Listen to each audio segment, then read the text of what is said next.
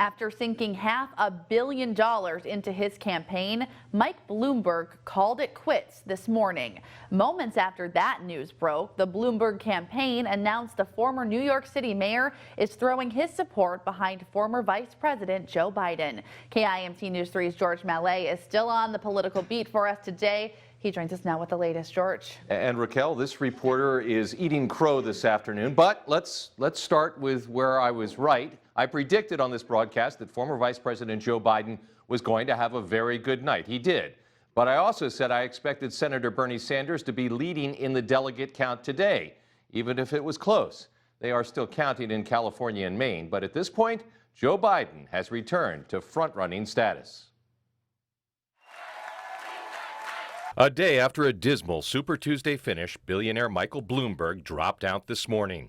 I've always believed that defeating Donald Trump starts with uniting behind the candidate with the best shot to do it. That candidate is my friend and a great American, Joe Biden.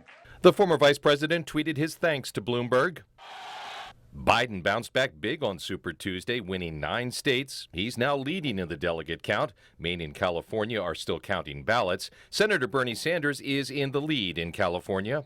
I do not want this campaign to degenerate into a Trump-type effort where we're attacking each other, where it's personal attacks. Joe has his ideas, his record, his vision for the future. I have mine.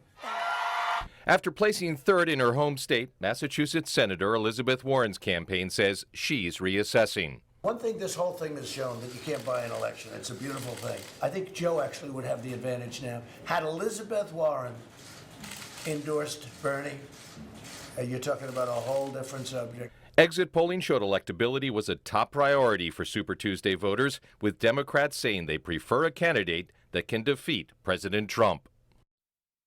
Now, one footnote to Super Tuesday, if you're looking for an argument against caucuses beyond the whole Iowa debacle, look no further than the results of Super Tuesday's primary elections. Minnesota nearly quadrupled voter turnout. When we caucused in 2016, there were 205,000 participants.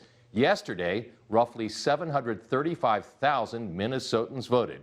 That is, Raquel, statistically significant. Yes, it sure is. Thank you very much, George. And next week, voters in half a dozen states will head to the polls for more primaries.